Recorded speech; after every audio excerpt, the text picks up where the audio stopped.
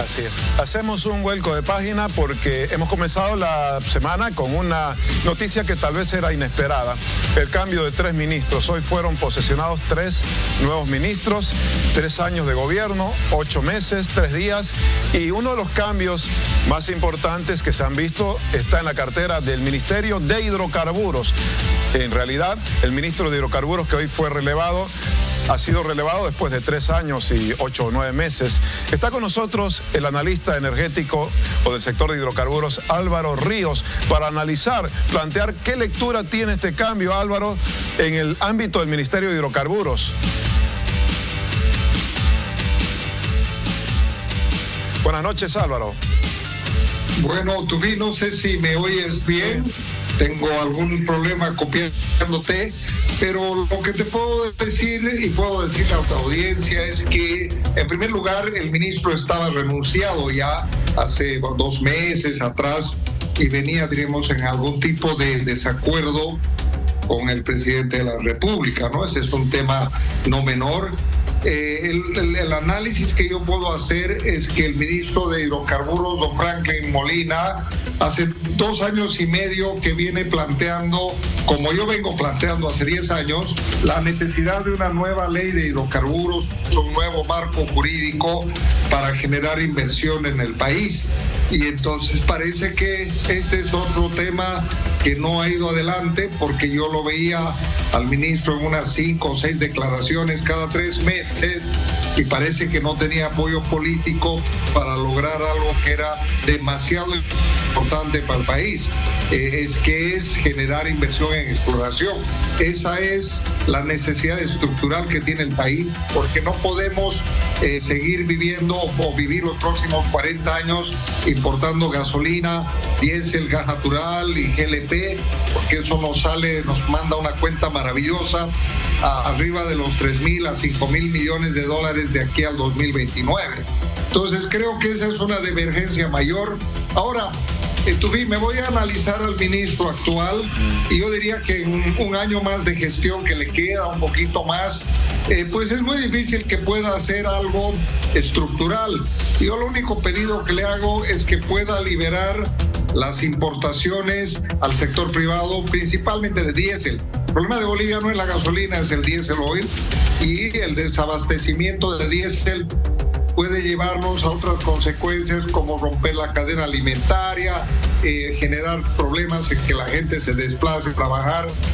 Y entonces yo le rogaría a él encarecidamente que pueda alivianar algo lo que el sector público no nos puede dar, y es que el país esté menos desabastecido, y esto se lograría mediante que el sector privado puede importarse su diésel, de manera que pues tengamos menos desabastecimiento, y también estos permisos para autoimportación o para libre importación sean ágiles y no tarden meses, sino debería durar 5 o 6 días para que así la mayor cantidad de empresas que puedan hacerlo, se importen su diésel.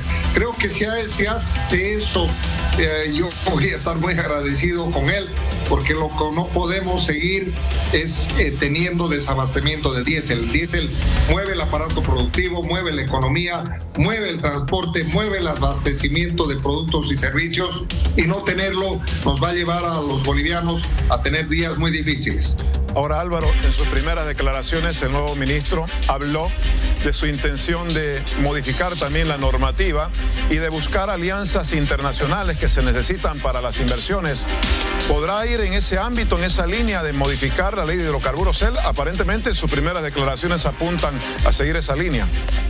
No ha dicho exactamente eso, no es lo que yo he captado, pero bueno, todo país necesita inversiones, pero yo creo que a estas alturas este gobierno ya está tarde para aplicar medidas estructurales de cambio que permitan esas nuevas inversiones en hidrocarburos, en litio, en electricidad.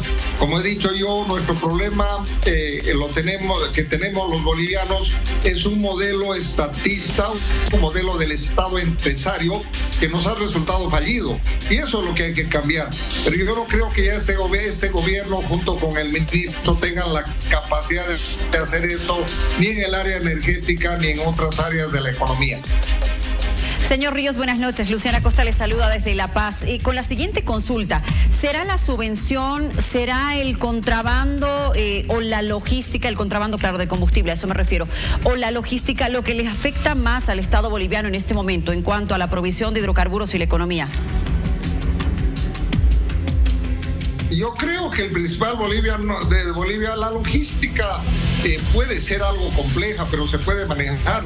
Yo creo que el problema del país ya pasa por no tapar el sol con un dedo, es con qué compramos el diésel, la gasolina y todos los combustibles que se necesitan ahora y se van a necesitar en los próximos años. Ese es el problema. El Banco Central de Bolivia tiene su problema no tiene las reservas internacionales netas, YPFB tiene problemas de flujo de caja. Entonces, el no aceptar esto es tapar el sol con un dedo. Creo que ese es el principal motivo y no podemos echarle la culpa a la logística. Por lo tanto, la solución que yo estoy planteando es que algo de esa problemática se aliviane dándole al sector privado que asuma parte de esa responsabilidad a precio internacional de hidrocarburo para el diésel. La gasolina no tiene problema. La gasolina, los transportistas que tienen vehículos a gasolina lo tienen a gas natural, pueden correr en gas natural, y creo que el problema del país se traduce al diésel, y ese es el tema que yo voy a plantear, que se dé solución, que se emitan permisos inmediatamente para la mayor cantidad de empresas y para la libre comercialización, ojalá de diésel, primero de diésel y luego de gasolina y GLP, porque todos esos productos se van a importar. Don Álvaro, ¿cómo está? Buenas noches. Algo que se le criticaba al anterior ministro de Hidrocarburos es lo que muchos decían, ¿no? Que no ha cumplido con garantizar el abastecimiento de combustible, que el trabajo que se estaba haciendo era de manera improvisada. La nueva autoridad señala de que están apuntando a reducir la dependencia de los combustibles importados, pero me preocupa mucho lo que usted dice. Le queda un año. En este año mucho no va a hacer.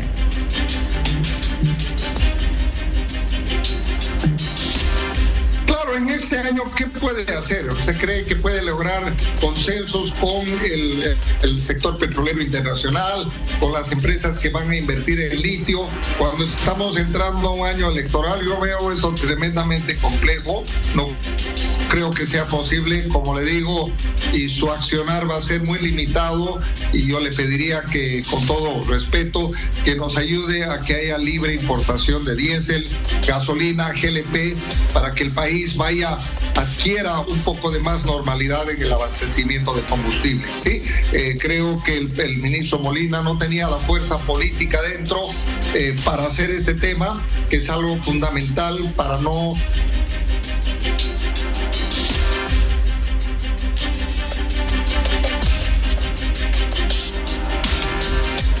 Bien, a ver, estamos escuchando las declaraciones del exministro y analista en temas de hidrocarburos, Álvaro Ríos, y voy a resaltar alguna de sus frases: no tapar el sol con un dedo, pidiendo que se pueda analizar o sincerar lo que está sucediendo con el país. Hemos hablado de la situación de hidrocarburos, hemos hablado de las subvenciones, claro, a raíz de este cambio que se registró hoy en el gabinete ministerial.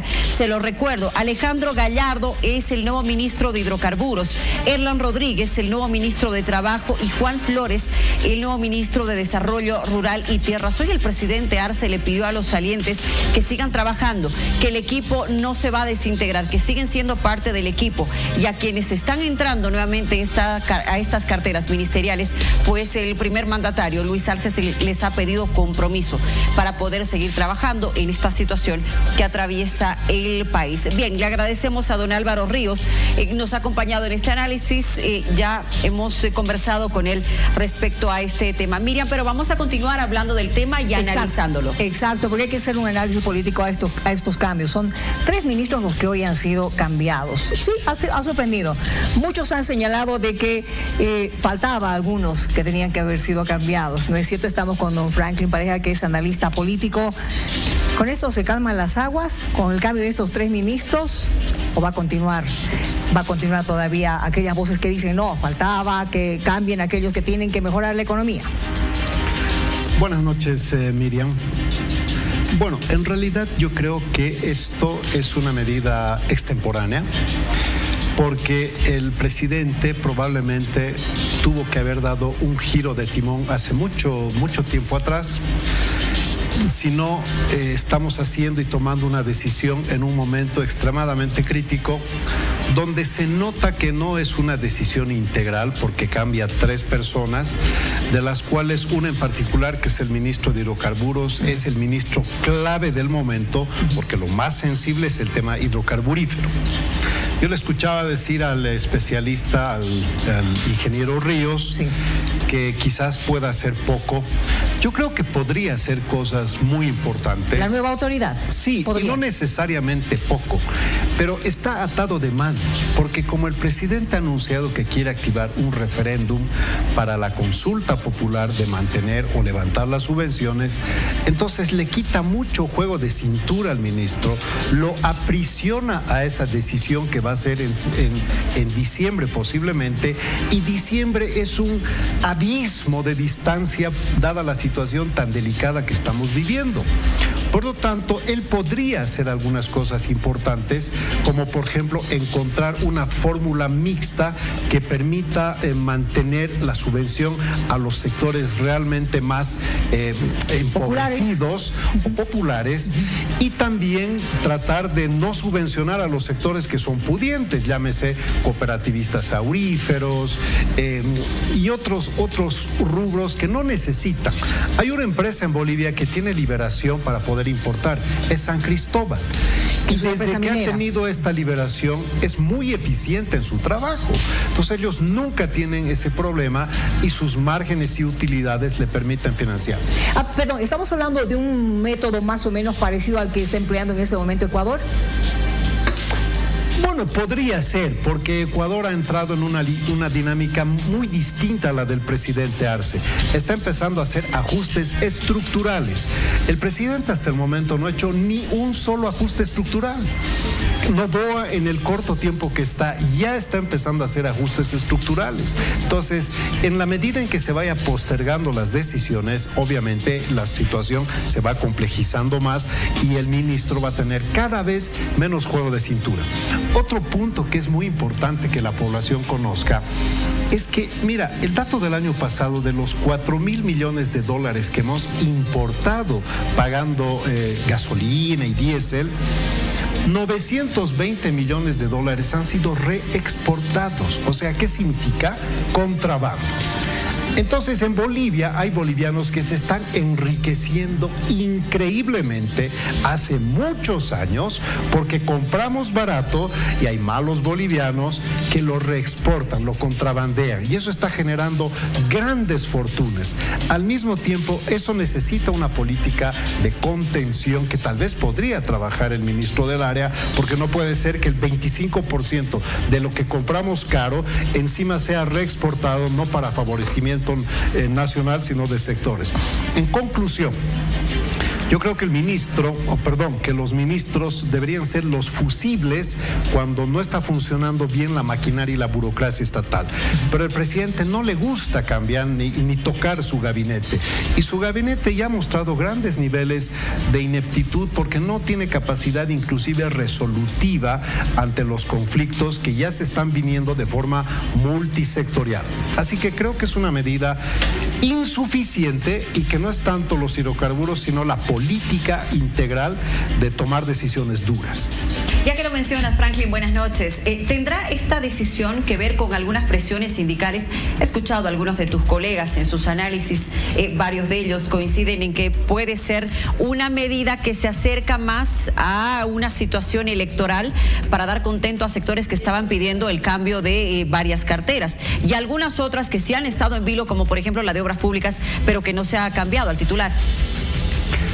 Si nosotros vemos la composición del gabinete del presidente, vamos a ver que las personas que tienen una cercanía con él son básicamente la ministra de la Presidencia, el ministro de Gobierno, el ministro de Justicia, el ministro de Economía y el ministro de Obras Públicas.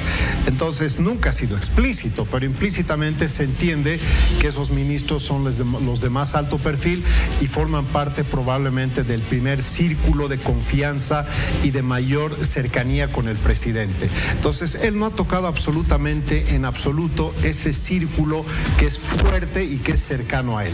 Ha tomado decisiones en un ministerio sensible y otros dos ministerios muy poco conocidos.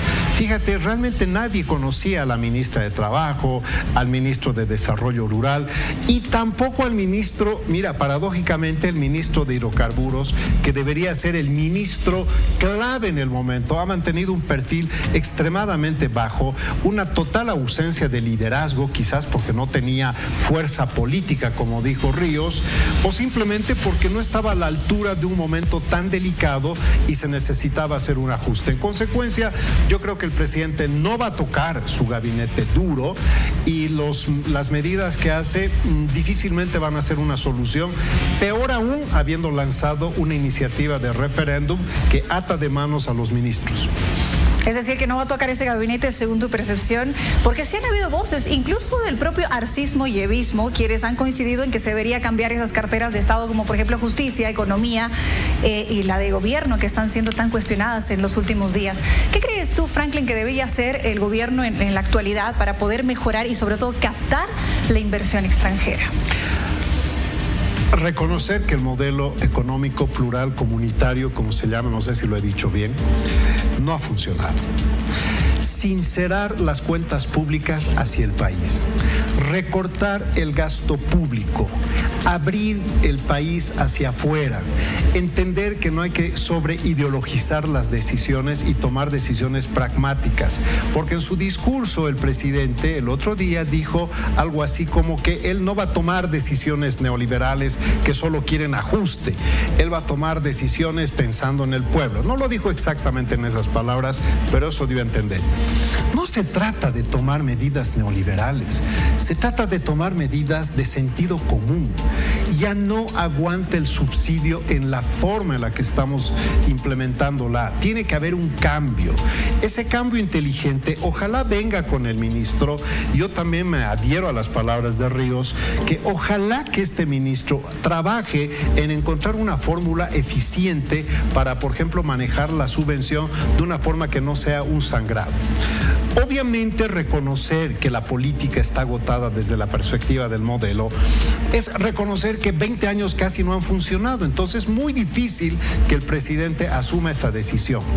Pero en algún momento hay que tomar decisiones duras. Y como el presidente también está como que compitiendo hacia el futuro, entonces tomar decisiones duras tiene una cierta limitación. Si me permiten, por favor. Buenas noches, Franklin. Dale, Hola, dale. Tufí. Sí. Buenas noches, Franklin. Bueno, Franklin, el presidente Arce comenzó hace casi 4 años su gestión con 17 ministros, de los que ahora quedan 7. Se fueron 2 más de los que comenzaron con él hoy, que eran 9. Se fueron. Usted ha mencionado 5 que parecen intocables. Yo quisiera preguntarle, ¿cómo se lee el cambio de hoy? ¿Realmente es por un desgaste de los que se fueron, de los 3 que se fueron hoy? ¿Es por errores específicos de cada uno de ellos? ¿O realmente hay un intento de golpe de timón? El presidente dijo una oxigenación hoy del gabinete. Y además, usted plantea que es posible que no toque su núcleo de confianza. ¿Se acaban con el de hoy los cambios de ministros desde su punto de vista, faltando ya un año para la salida y un poco más o para la conclusión de la actual gestión? Bueno, no puede haber un golpe de timón con las 3 carteras que ha cambiado. Básicamente, la cartera de hidrocarburos es muy importante y podría considerarse un golpe de timón. Pero repito, como el presidente ha planteado ir a un referéndum para tratar el tema más sensible, indudablemente que esto al actual ministro le quita mucho juego de cintura. Es como haberle puesto una camisa de fuerza. Es como decirle, ministro, no toques este punto porque esto lo vamos a transferir a una consulta popular. Entonces, ¿qué podría hacer un ministro en esas condiciones? Quizás podría luchar contra el tema de la reexportación o contrabando. Quizás podría analizar la posibilidad de focalizar sectores que no merecen ni ameritan recibir una subvención. Pero el gran problema de las subvenciones es que aunque haya nichos diferenciados, es muy difícil en el país que la subvención sea controlada. ¿Por qué? Porque aunque uno diga que esto va a llegar solo a los sectores populares, también dentro de los sectores populares, hay un gran universo de consumidores que se camuflan. Entonces, por eso la subvención se convierte básicamente en un cáncer en cualquier país del mundo. Es muy difícil con los bajos niveles de control, con una logística realmente que está demostrando que no funciona de manera óptima, tener resultados efectivos en plan de lograr mitigar subvenciones, lograr focalizar sectores que no van a recibir subvención y adicionalmente a esto haber lanzado un referéndum. Yo creo que no es un golpe de timón, que es insuficiente, pero ojalá que en la política hidrocarburífera seamos más pragmáticos. A ver, Franklin, evidentemente este es un momento de mucha presión y lo que la gente quiere es de una vez soluciones. Como los gremiales han dicho, 72 horas y es que no aparecen los dólares. Pero bueno, en medio de esto me estoy acordando de algo que el presidente había prometido durante la pasada campaña electoral antes de que sea elegido presidente. Él dijo, estoy a favor del neoproteccionismo. Es decir, proteger lo que es nuestro para consumo interno, para demanda interna, ¿no? Ahí ya explicaba más o menos cuál era su postura con relación a las exportaciones. Tú dices claramente de que el modelo económico, productivo, comunitario ya no funciona. ¿Qué debería hacer en ese caso el presidente? Tomando en cuenta que vamos a entrar en un año electoral. Bueno, básicamente el problema es que el presidente no solamente está enfrentando un problema duro en términos de fragilidad económica o crisis, que no le quieren llamar. La variable que no contábamos cuando ganó el señor Luis Arce es que iba a implosionar su propio partido. De manera que quien afecta la gobernanza del actual gobierno es el señor Evo Morales. Entonces, este mismo factor le impide al presidente tomar decisiones quizás duras, impopulares, porque inmediatamente esto va a aflorar o va a rentabilizar o la otra parte de su partido. Entonces, la fractura del movimiento al socialismo está afectando la gobernanza, está afectando la toma de decisiones con sentido de oportunidad, está haciendo que esté por encima del pragmatismo el cálculo político. Así que realmente el sinceramiento y el reconocer que el modelo tiene serias fisuras, tiene serias fallas, es algo que vemos que no hay predisposición, y en tanto y en cuanto no se cambie de actitud con respecto al factor estructural que es precisamente el modelo, yo creo que es muy difícil que se tome decisiones que en el corto plazo den soluciones. Señor Franklin Pareja, muchísimas gracias por acompañarnos, darnos su punto de vista acerca y un análisis en realidad en general de todo lo que estaría pasando en el país y específicamente con el cambio de estas tres autoridades. Esperemos que realmente vengan mejores tiempos, que vengan soluciones, que eso es lo que espera el país. Gracias, buenas noches. No, pues a ustedes las gracias. Muchas gracias. Vamos a hacer una pausa, guárdenos porque en instantes estaremos hablando acerca de las elecciones judiciales. Hay un pedido por parte del Tribunal Supremo Electoral que hace observaciones a las listas de postulantes. No hay paridad de género y también la cantidad de indígenas. Todos los detalles se lo contamos al retornar. Aguántanos. Aquí en vivo, queridos amigos, continuamos. Hace instantes estábamos hablando de hidrocarburos, de economía. Hablemos ahora de elecciones judiciales, porque el Tribunal Supremo Electoral ha enviado varias observaciones a la Asamblea. Tawichi nos acompaña el vocal desde Pando, ¿verdad? Está en este sector del país realizando diferentes actividades. Vocal, buenas noches y gracias por estar con nosotros. Nos encantaría, por favor, la explicación del Tribunal Supremo Electoral respecto a estas observaciones en las listas. Sí, muy buenas noches. Y estamos de paso acá haciendo trabajo institucional en Cobija, en Pando. Quiero en primer lugar señalar que el órgano electoral es un poder del Estado que tiene igual jerarquía que el resto de los órganos. Quiero señalar que está plenamente vigente la ley 026 del régimen electoral. Quiero señalar que la misma ley 1549 de elecciones judiciales se sustenta en la ley 026 y otras normas, se sustenta en la Constitución, la ley 1549. En ese marco, quiero señalar de manera taxativa, enfática, que ahí tenemos tres condiciones que tienen que cumplir las postulaciones, esa lista de postulaciones que remitió la Asamblea.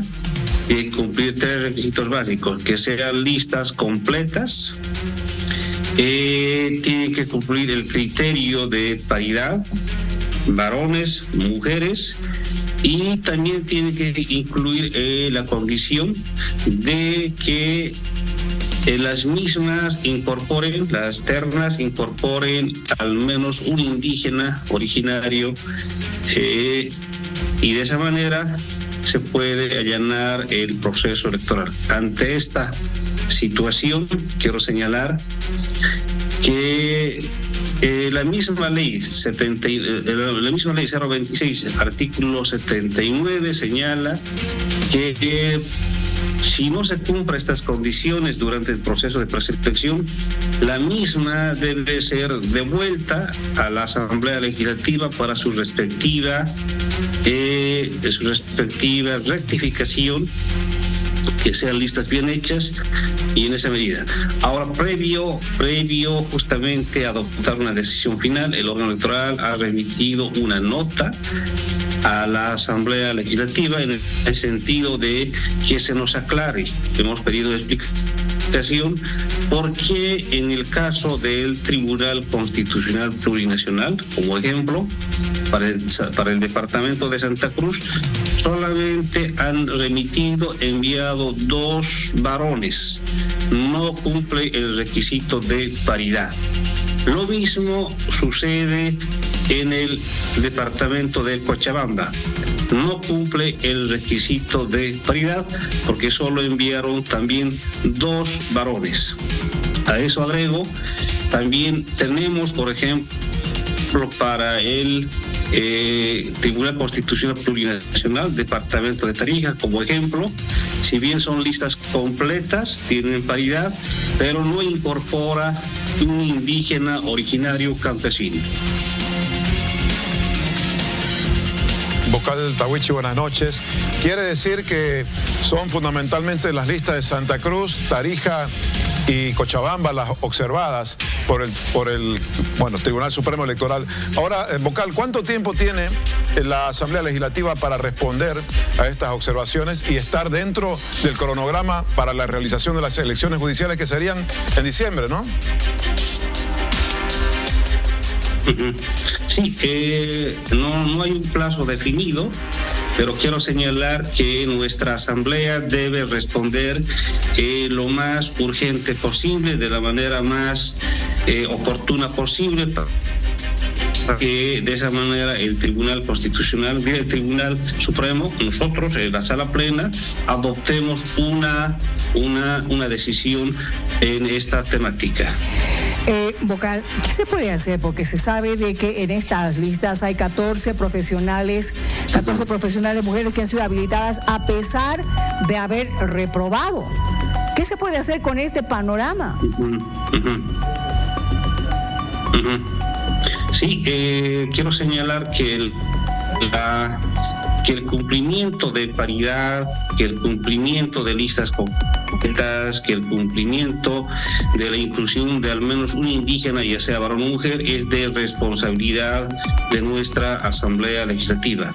Eso, nosotros somos muy respetuosos de esa función que tiene nuestra Asamblea, pero nosotros también tenemos un mandato, tenemos que velar por la paridad de género, mitad varones, mitad mujeres.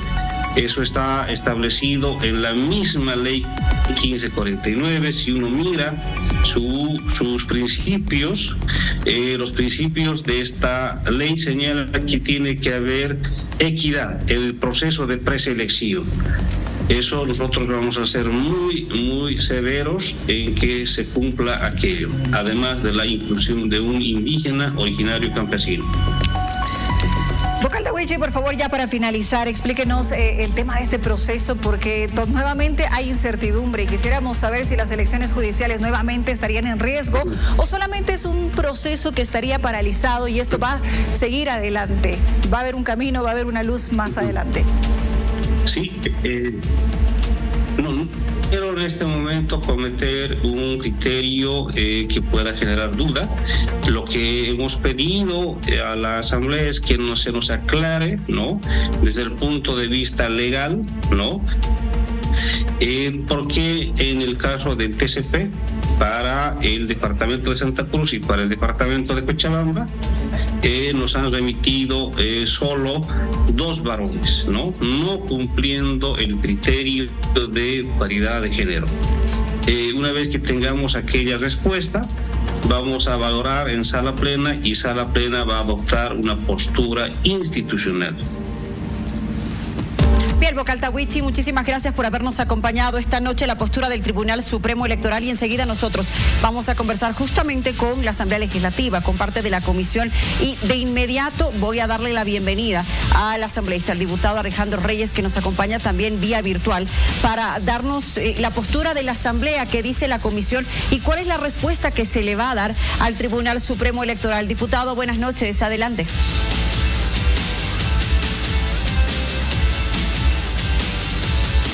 Adelante, lo escuchamos. Un minuto, por favor. No tengo su audio, diputado Reyes, si me da unos instantes, por favor, para que podamos aclarar el tema técnico. Mientras tanto, a ver, estamos escuchando al vocal Tawichi, quien manifiesta son varias las observaciones, no solamente el tema de género, sino también el tema de la cantidad de representación indígena. Ahora lo escucho, por favor, diputado Reyes. Buenas noches nuevamente. Buenas noches, un saludo cordial, estimada Luciana. Bueno, lastimosamente decir que las declaraciones del señor Tawichi son para desinformar a la ciudadanía. Está más que claro que hay que decirle al Tribunal Supremo Electoral que la ley de convocatoria nos habla de equidad de género, más no paridad. Y esa comprobación es por órgano, no por departamento. Aquí lo que está buscando el señor Tawichi es desinformar, volver nuevamente a ponerle una zancadilla al proceso de elección judicial que tanto le ha costado a la Asamblea, que tanto le ha costado a los bolivianos y que hoy por hoy pone en riesgo un acuerdo que se ha logrado en el Tribunal Supremo Electoral para mantener a los autoprorrogados que muchísimo daño le hacen a la democracia y por supuesto al gobierno de Luis Arce Catacora. Diputado Reyes, buenas noches. ¿Quiere decir que la Asamblea Plurinacional no va a responder a este pedido de aclaración que ha hecho el Tribunal Supremo Electoral, considerando que el Tribunal Supremo Electoral considera urgente esta respuesta? Bueno, primero decir que las comisiones y nuestros parlamentarios que han estado en las comisiones mixtas han cumplido con todos los requisitos. Se ha hecho un trabajo arduo de verificación y cada vez han tenido que sortear ese impasse de zancadillas que le han hecho desde afuera a la Asamblea Legislativa y a través de operadores políticos. Por lo tanto, nuestra respuesta seguramente, si es que hay, va a ser en el tono en que se los mencioné y que claramente está buscando a toda costa el Tribunal Supremo Electoral ponerle estas zancadillas al proceso, sumado a las zancadillas que ya le pone el gobierno, aumentando un referéndum en un momento inoportuno para la sociedad, sumándole una carga al Tribunal Supremo Electoral, además de un gasto insulso. Diputado Reyes, otro tema importante esta semana será la definición de la ley que plantea la suspensión de las primarias. En ese sentido, la ley está en este momento en la Cámara de Senadores y el Tribunal Supremo Electoral ha puesto un plazo hasta el viernes. ¿Qué pasará si no se cumple este plazo con la suspensión de las elecciones primarias? Bueno, primero decir que hay ese acuerdo firmado en el Tribunal Supremo Electoral, tiene que ser honrado por las bancadas y en este caso el señor Andrónico Rodríguez debe convocar a una sesión para el tratamiento de esa ley que ya ha sido aprobada en diputados. Tiene que hacerlo esta semana. Si no, realmente estamos comprobando que en este país no existe acuerdo, no existe consenso que se pueda lograr porque simplemente aquí nadie cumple nada. Y eso es gravísimo para la democracia, para el Parlamento y por supuesto para llevar adelante una gestión que de por sí ya es tropezada, encabezada por el señor Luis Arce Catacora. Entonces tiene la oportunidad el señor Andrónico de independizarse de la manipulación del señor Evo Morales, que seguramente ejerce presión sobre él y sobre la bancada evista, y claramente avanzar a lo que es el diálogo y llevar adelante esta suspensión. Dicho sea de paso, es una suspensión solamente por esta gestión, porque lo que se busca es perfeccionar las primarias más adelante y así poder tener primarias no a medida de una persona, sino primarias confiables que puedan en este caso dar más fortaleza a la democracia y participación también a la interna de los partidos. Qué complicado, ¿no, diputado? Porque estamos escuchando constantemente a don Evo Morales seguir insistiendo en que debe haber primarias abiertas. Ahora, según lo que él dice, ha vuelto a hablar del mismo tema este fin de semana, y lo que usted señala, don Andrónico Rodríguez no estaría tomando la decisión que debe ser más óptima para el país. Así es, Miriam, realmente no entendemos la contradicción de Evo Morales y su bancada, porque primero dicen que no tiene que haber primarias porque este es un país caudillista y el caudillo debe mandar. Ahora resulta que tiene que haber primarias porque el caudillo va perdiendo la pelea. Entonces, esto no es más que oportunismo político, y Evo Morales va cambiando de parecer todos los días de acuerdo a cómo va cambiando la opinión de la gente con su persona, y eso simplemente va deteriorando más su confianza. Lo que no debe pasar es que no se cumpla el acuerdo, y Andrónico Rodríguez, que tiene un capital político bastante solvente y una futura proyección, no puede permitir que lo manipule ya un viejo político, y más aún en las formas donde termina por incumplir o pudiera terminar de incumplir un acuerdo que va a salvar el momento y llevarnos a una elección en el 2025. Señor Reyes, por favor, sobre este tema, justamente hoy se ha pronunciado Andrónico Rodríguez y señala que primero el tema de las elecciones primarias va a ir a una comisión de la Cámara Alta y después será tratado en el Pleno. ¿Esto no estaría ralentizando todo este proceso? Seguramente sí, seguramente van a tratar de dilatar el tiempo en el tratamiento de la comisión, van a analizar puntos y comas, pero en todo caso tiene hasta el viernes. Ojalá que hasta el viernes logre llevar adelante esta sesión, que se trate en el Pleno del Senado y vamos a ver si se aprueba. Pero seguramente, si ese es el futuro de la Cámara de Senadores, que se lleve al Pleno y se pueda aprobar, entonces vamos todavía por el camino del cumplimiento del acuerdo. Caso contrario, pues Andrónico Rodríguez será el culpable de que no se cumplan las fechas, de que no se cumpla el calendario y que estemos en un punto prácticamente de quiebre constitucional, porque realmente ningún consenso, ningún acuerdo se va a poder cumplir de ahora en adelante. Pero, diputado Reyes, Andrónico Rodríguez ha afirmado que el tratamiento en el Pleno está sujeto al informe de la comisión. O sea, si no entiendo mal, se están pasando la pelotita en la Asamblea y hay plazos fatales para esto, diputado. Así es, justamente como lo que hacían en su momento el diputado Jáuregui en la Comisión de Justicia, lo que intentan es dilatar el tratamiento en esta comisión, pasar el informe y que sea pues a última hora o peor después aún el tratamiento en el Pleno de la Cámara de Senadores. Eso es lo que no debe pasar. El tratamiento en la comisión tiene que ser una mera formalidad, porque ya hay un acuerdo y en ese sentido tiene que pasar pues lo más rápido posible y convocarse a una sesión del Pleno de la Cámara de Senadores al día siguiente. Eso tiene que pasar. Caso contrario, vuelvo a repetir, estamos entrando en un punto de desconfianza máxima y donde ningún acuerdo y consenso se va a poder respetar. Y eso es gravísimo porque el calendario apremia y claramente acá lo que se tiene que dar es certeza de una elección en el 2025, porque el 2025 se tiene que ir el MAS. A ver, me he quedado pensando en algo que usted me ha dicho, que lo que dice la ley es equidad, no paridad. Para que la población entienda, no viene a ser casi lo mismo con el tema ya de las listas para las elecciones judiciales. Bueno, primero decir que equidad y paridad no pueden ser iguales, porque además no debe ser una obligación. ¿Cómo podemos obligar, y más aún con el tropiezo que se ha tenido durante todo el proceso, a la gente a que se postule por segunda, por tercera vez, y más aún lograr que se postule una gran cantidad de mujeres, una gran cantidad de hombres? Creo que en este punto lo que hay que velar es porque se logre sacar a los autoprorrogados, cumplir la normativa de convocatoria, es decir, la ley que ha convocado a este proceso judicial, y por supuesto ir corrigiendo los errores.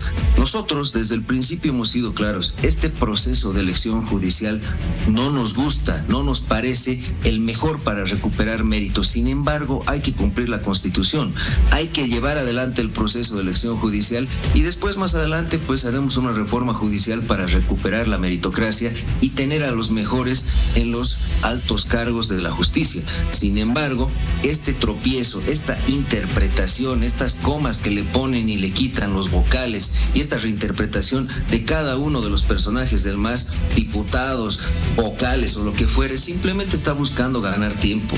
Ya se han remitido los informes, se ha cumplido con todas las formalidades y requisitos, por lo tanto no es más que ganar tiempo a través de chicanas políticas que hoy salen seguramente de este vocal Tahuichi, mañana saldrá de algún parlamentario del arcismo y así simplemente van a intentar dilatar los tiempos. No nos dejemos engañar con la chicana política del movimiento al socialismo. Queremos agradecer a Alejandro Reyes, diputado de Comunidad Ciudadana, por darnos su punto de vista con relación a este pedido del Tribunal Supremo Electoral para hacer una aclaración con relación a las listas de postulantes de las elecciones judiciales. Muchísimas gracias y muy buenas noches. Nosotros vamos a hacer nuevamente una pausa, pero cuando retornemos estaremos hablando de un tema que ha consternado al país. Se ha registrado en Santa Cruz. Se trata de una joven de 17 años que es la autora confesa del asesinato de una niña de tan solo 8 años. Hay 4 personas detenidas. Tendremos más detalles al retorno de la pausa.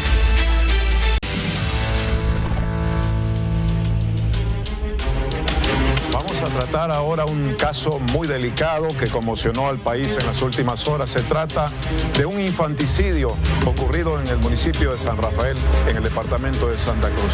Resulta que una adolescente, una joven en realidad de 17 años, está acusada de haber cometido este infanticidio con prácticamente 30 puñaladas a esta niña que desapareció el 6 de agosto y lamentablemente apareció este fin de semana enterrada en un lugar. Bueno, hoy la policía, conjuntamente con un juez del menor, en realidad ha sido sentenciada la adolescente de 17 años a 6 años de reclusión en un centro de menores en Santa Cruz. Ese es el resultado de esta sentencia. Además que los padres y un tío de la menor también han sido enviados a la cárcel de Palmasola por presunta complicidad. Pero hoy día el comandante departamental de la policía de Santa Cruz se refirió tanto a las detenciones como a un elemento que hace precisamente generar cierta investigación vinculada a supuestos rituales que realizaba la madre, que podrían haber determinado también una conducta que ha sido replicada por la menor que ya está siendo enviada a un centro de reclusión. Escuchemos lo que decía el comandante de la policía de Santa Cruz. Debemos señalar también que dicha menor el día de hoy se ha sometido a audiencia de medidas cautelares, a audiencia de juicio oral en base a un procedimiento abreviado y el juez ha determinado 6 años de cárcel en Servicruz. También debemos señalar que estas 3 personas, cómplices del ocultamiento del cuerpo, se encuentran con detención preventiva de 180 días en el penal de Palmasola. Bueno, aparentemente se trataría de un ritual que ella estuviese realizando o que habría visto realizar a la madre en anteriores oportunidades con animales de diferentes especies. Estamos hablando de gallinas, conejos y otros animalitos que eran utilizados como sacrificio en algunos rituales que realizaba la madre y que esta acción habría sido imitada por la menor. Este aspecto, que era repetitivo en el hogar, habría sido observado por la menor desde muy temprana edad, aspecto que habría generado en ella la réplica de ese accionar, pero esta vez con una menor de 8 años, con las consecuencias que es el conocimiento de todos. Este es un elemento muy llamativo, el que concluye el comandante de la policía. Habría replicado un ritual de su madre realizado con animales durante su propia existencia, la menor que ha sido hoy condenada a 6 años de reclusión. Está con nosotros el fiscal Víctor Hugo Cervantes. Fiscal, buenas noches. Usted ha escuchado decir al comandante de la policía que puede haber habido una conducta de réplica, de imitación de la menor de edad, hoy sentenciada a 6 años de reclusión, de la conducta de la madre en rituales con animales. ¿Qué de certeza tiene esta hipótesis o qué de consistencia tiene esta hipótesis en la investigación? Fiscal, buenas noches. Buenas noches, gracias primeramente por invitarme a su prestigioso medio de comunicación. Es importante hacer conocer a la sociedad en su conjunto y a la población de que se ha podido establecer y determinar cabalmente, bajo el principio de responsabilidad que rige al Ministerio Público, que no existe algún tipo de ritual o algún tipo de cuestión religiosa, si se podría denominar de esta forma, sino es que más bien con el transcurso de la investigación se determinará cabalmente si existiere o no esta situación. Lo que se tiene claro y evidente para el Ministerio Público es la secuencia con la que se han realizado estos actos, es decir, llama poderosamente la atención como una adolescente de 17 años anteriormente sí habría procedido a quitar la vida a animales como ser a gatos y otros patos y otros animalitos denominados, tomando en cuenta de que esta situación se ha replicado, como ha referido en la entrevista de campo policial realizada al adolescente, quien de cierta forma ha referido que quería experimentar lo que se sentía realizar esta situación en una persona humana.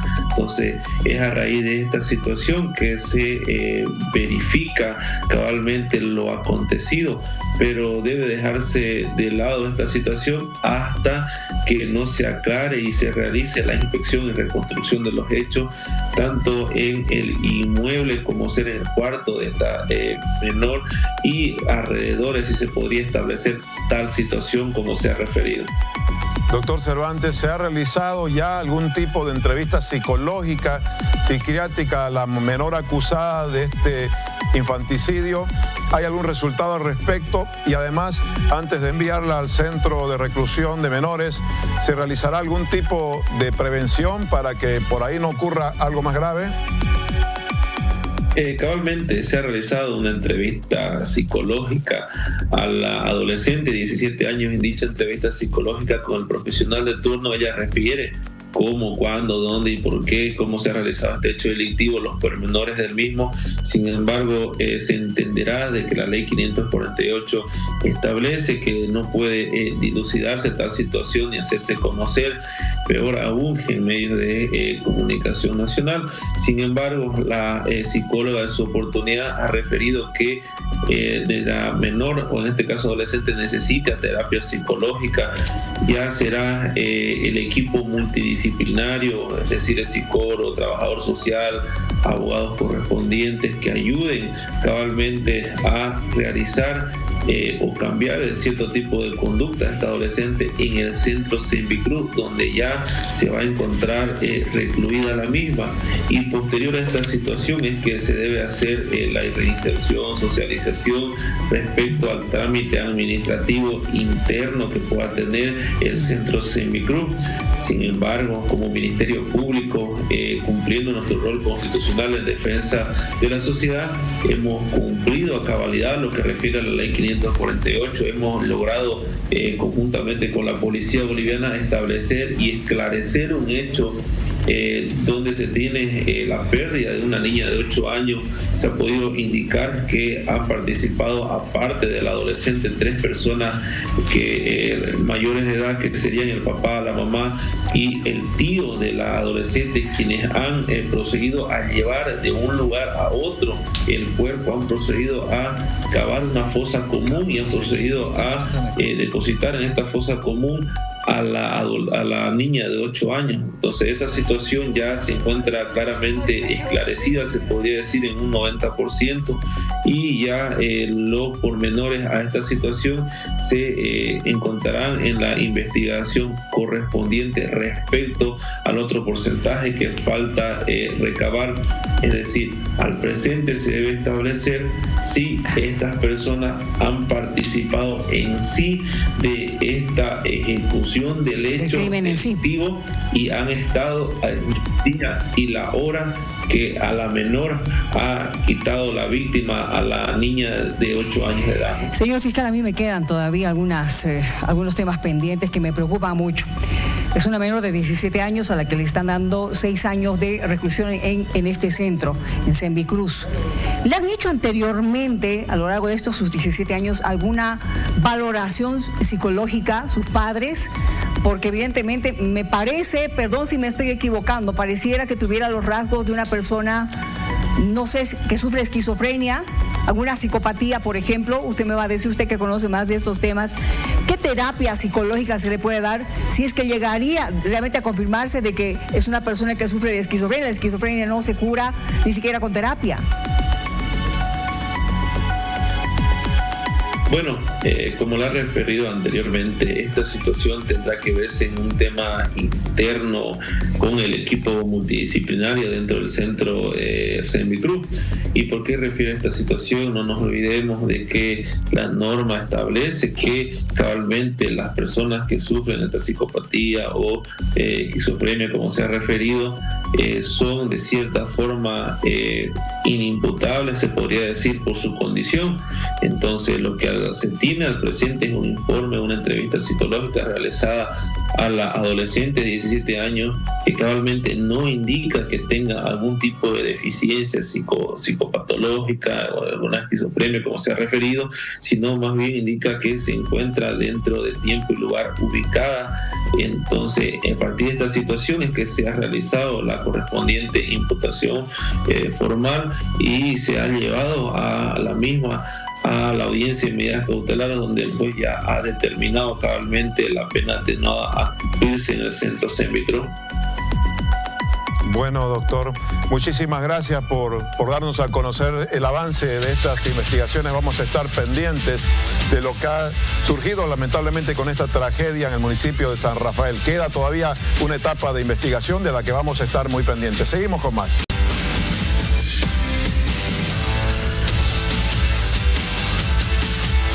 Mujer, una viajera, ha denunciado la retención ilegal de más de 3.000 euros en el Aeropuerto Internacional de Virubiru de Santa Cruz de la Sierra. Sin embargo, el gerente regional de la aduana de Santa Cruz, niega esta retención ilegal y dice que la mujer no declaró el dinero. Escuchemos. Lo que quiero aclarar contundente es que la aduana nacional, el trabajo que hace es de acuerdo a normativa vigente, ¿no? Ahora, para el tema de viajeros, lo que hacemos es ampararnos en el reglamento de régimen de viajeros o de control de divisas, el cual es muy claro y es bueno esta oportunidad para aclarar a la población, ¿no? Este reglamento en su artículo 36 indica claramente que cuando una persona quiere ingresar o salir del territorio de Bolivia, cuando tiene montos de 10.000 a 20.000 dólares o su equivalente en otras monedas, tiene que declarar en su formulario 250. O sea, hasta 9.999 puede ingresar o salir sin declarar. Cuando es de 10.000 a 20.000 tiene que declarar. Entonces acá la señora, cuando ella arriba, llena este formulario, ¿no? El 250. Considerando que ella traía 8.150 euros y 3.000 dólares, si ustedes hacen la suma, este valor sobrepasa los 10.000. Entonces ella tenía que haber declarado, ¿no? Y acá tenemos una pregunta que es clarita. Este es acá lo que ha presentado la señora. Dice, ¿no? ¿Lleva usted dinero en efectivo entre 10.000 a 20.000 o su equivalente en otras monedas? Y ella pone no. Él le hace una pequeña entrevista y como dice ese reglamento, se puede hacer una revisión física, ¿no? También está acá. Entonces él le guía a la señora a una oficina de la aduana nacional. Cabe aclarar que todo esto está monitoreado. Tenemos cámaras desde que ingresa el pasajero hasta que sale del aeropuerto, ¿no? Obviamente también se procede a la revisión y, como he mencionado, se confirma que tiene este valor por encima de los 10.000, ¿no? El artículo 39 de este reglamento dice claramente que procederá a la retención del 30% del total de las divisas verificadas cuando el viajero o grupo familiar no hayan declarado. Entonces es lo que se ha hecho, ¿no? Lo que pasa es que a veces eso es importante, que cualquier pasajero que viaja o que llega del exterior tiene la obligación de conocer las normas, ¿no? ¿Qué pasa con ese dinero? Aquí está el comprobante que con el nombre del pasaporte, con el nombre de la señora, que la aduana lo deposita al Banco Unión a una cuenta del TGN. Ya se le ha explicado para la señora, obviamente es un momento incómodo a lo mejor para ella, ¿no? Pero es por eso que es importante que las personas sepan esto.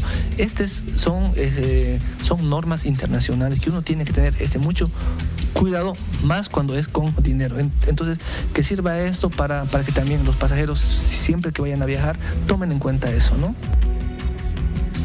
Así la aduana de Santa Cruz aclaraba, explicaba la situación relacionada con esta denuncia de una mujer a la que le retuvieron, según ella, ilegalmente. Ahora estamos con el monto más de 8.000 euros. Pero cambiamos de tema y nos vamos a hablar de deporte. Con este excelente ritmo, queridos amigos, llegamos al final. Gracias por habernos acompañado aquí en vivo. Denise, Miriam, Tufi. Excelente programa, excelente inicio de semana. Nos despedimos, Tufi. Buenas noches. Abrazo grande, que tengamos una buena semana y mañana sea bonito, evidentemente. Que sea bueno, Tufi, que descansen. Buenas Hasta noches. mañana, gracias.